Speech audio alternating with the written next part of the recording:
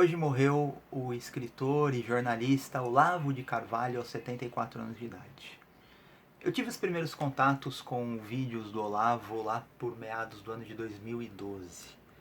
A princípio eu achei uma figura estranha, que estava ali sempre brigando com alguém, ou xingando, ou falando palavrões, e aquilo me causou uma vontade de não estar em contato com a obra do Olavo, pensando o que vai ter para oferecer. Mas por alguma razão eu insisti, eu assisti muitos vídeos dele, dezenas ao longo do tempo, talvez mais do que centenas. Li duas obras dele principais, que são O Jardim das Aflições, é uma obra muito erudita, muito complexa, o grande público dificilmente entenderia. E um pouquinho mais simples, menos erudito, que é a Nova Era e a Revolução Cultural. E acabei lendo esse aqui também, eu não computo como um livro, apesar de ser um livro, que é o mínimo que você precisa saber para não ser idiota. Eu não computo como um livro que eu li dele, porque aqui são, na verdade, 193 artigos reunidos. O Felipe Moura Brasil, que é um jornalista, ele organizou esses artigos por título. Eu li esse livro duas vezes, você vê que é uma obra bem grossa, tem pouco mais de 600 páginas. E com o passar do tempo eu ouvi muitos vídeos do Olavo também. E quais são as minhas impressões? Em primeiro lugar, eu, com base em tudo que li e ouvi do Olavo, acredito que o Olavo era uma pessoa que tinha uma rara erudição. Por trás daquele jeito briguento, polemista, que estava sempre ali xingando ou falando palavrão, tinha ali alguém que dedicou décadas, dedicou a sua vida inteira praticamente a estudar. O Olavo tinha uma rara erudição, o Olavo tinha um conhecimento de autores internacionais e até brasileiros que a gente não vê sendo divulgados na mídia e nem na academia. Então esse foi um mérito incontestável do Olavo no meu entendimento. O Olavo, o conhecimento do Olavo ficou muito evidente para mim em alguns momentos em que jornalistas tentaram entrevistá-lo e não tinham a menor condição de fazê-lo.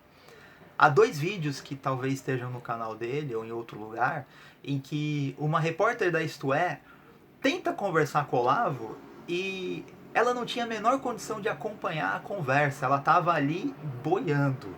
E uma repórter da Veja também. Se não me engano, nenhuma dessas entrevistas foi divulgada nas respectivas revistas, mas estão em vídeo.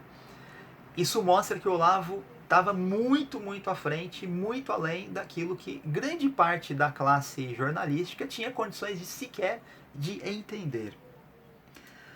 O Olavo, além de um vasto conhecimento de política, de filosofia, de história, de literatura, ele conhecia muito bem as religiões também. O Olavo era católico, o Olavo, mas por outro lado ele teve contato, não sei se chegou a pertencer ao islamismo, mas ele tem um certo conhecimento do Islã, teve um envolvimento, e ele conhecia também algumas outras religiões de uma maneira, né, com bastante familiaridade. Um fato muito importante na obra do Olavo, tá? E deixando claro que eu não conheço a obra do Olavo, eu não li os outros livros dele, e aqui no mínimo afirma, né, numa parte aqui do livro, afirma que a obra dele de filosofia, que não é publicada, é por curso dos alunos dele, tem aí cerca de 40 mil páginas. Então é muita coisa. Ou seja, as pessoas não conhecem a obra do Olavo no Brasil, esse é um fato. O pessoal fala, mas fala com base naquela impressão superficial e da política do dia. Conhecer a obra do Olavo, eu acredito que se tiver alguém, pouquíssimas pessoas conhecem. Eu não conheço. Mas mesmo com essas poucas leituras que eu fiz do Jardim, que eu li duas vezes, desse livro aqui que tem 193 artigos, da Nova Era, dos vídeos, de muitas aulas que eu vi que estão disponíveis ao público no YouTube, o Olavo conseguiu prever muita coisa que aconteceria no Brasil. Isso na primeira metade da década de 90. Por quê? Porque ele conhecia a literatura, ele conhecia a mentalidade revolucionária através das obras que ele estudou.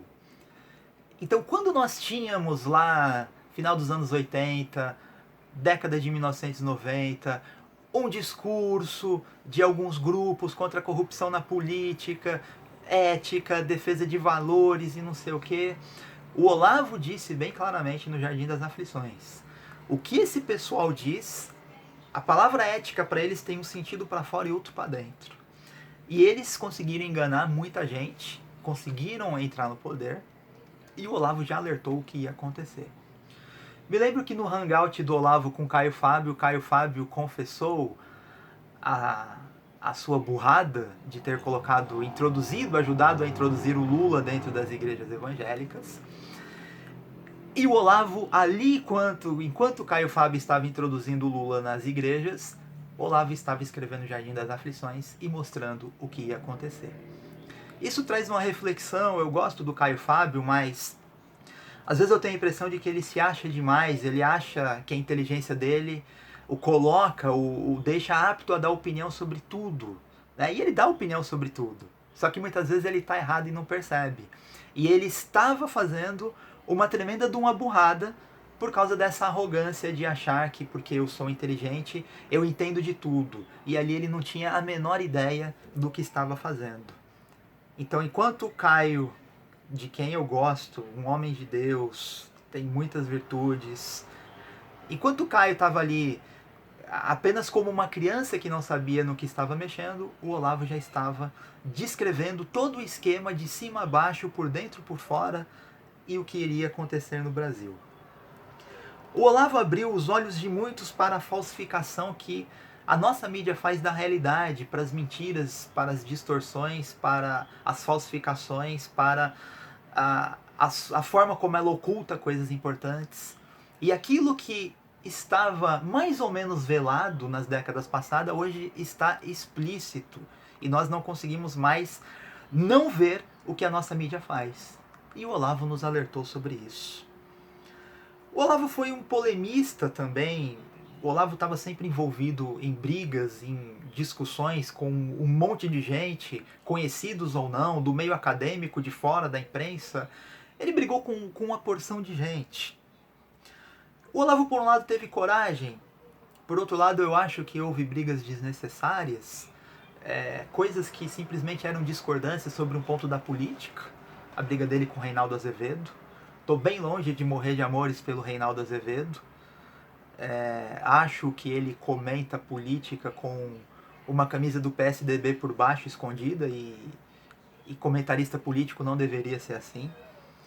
Mas foi uma briga desnecessária, uma briga ali que discordância sobre o momento da política e virou um show de ofensas. Esse era um dos defeitos do Olavo.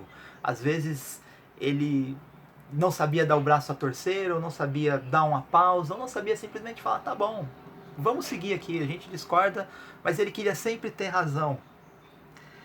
Esse é um dos pontos, né? Virou até um slogan, Olavo tem razão. Eu acho que o Olavo tem razão em muita coisa. O Olavo acertou muita coisa, o Olavo estudou coisas que muita gente não estudou, leu o que muita gente não leu, foi isolado por causa disso, conseguiu alcançar o seu público com seus cursos, com seus livros.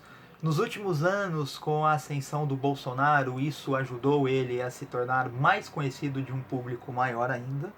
Ele negou isso esses dias, mas é fato que aconteceu. O Olavo tem razão quando ele fala da destruição da nossa educação.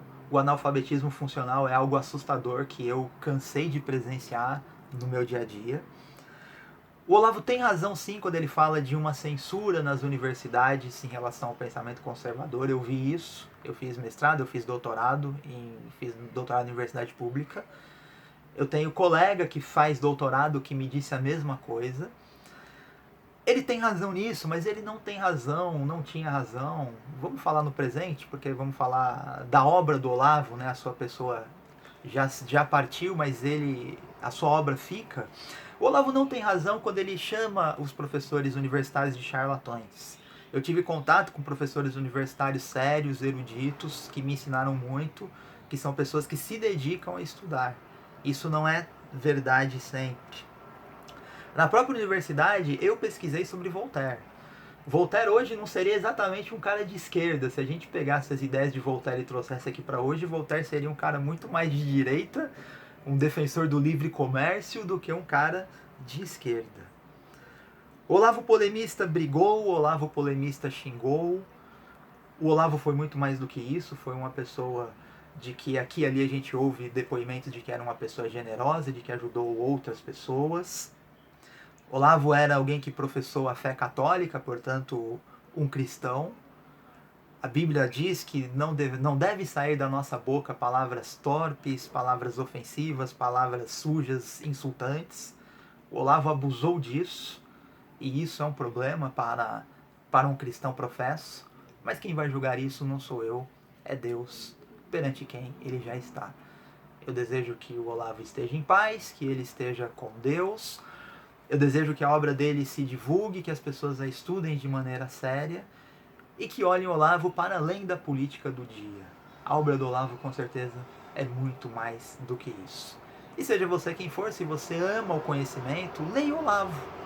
Leia por você mesmo, não leia pelo que você ouve na mídia e na velha mídia que tem os seus interesses. Um grande abraço e que o Olavo descanse em paz.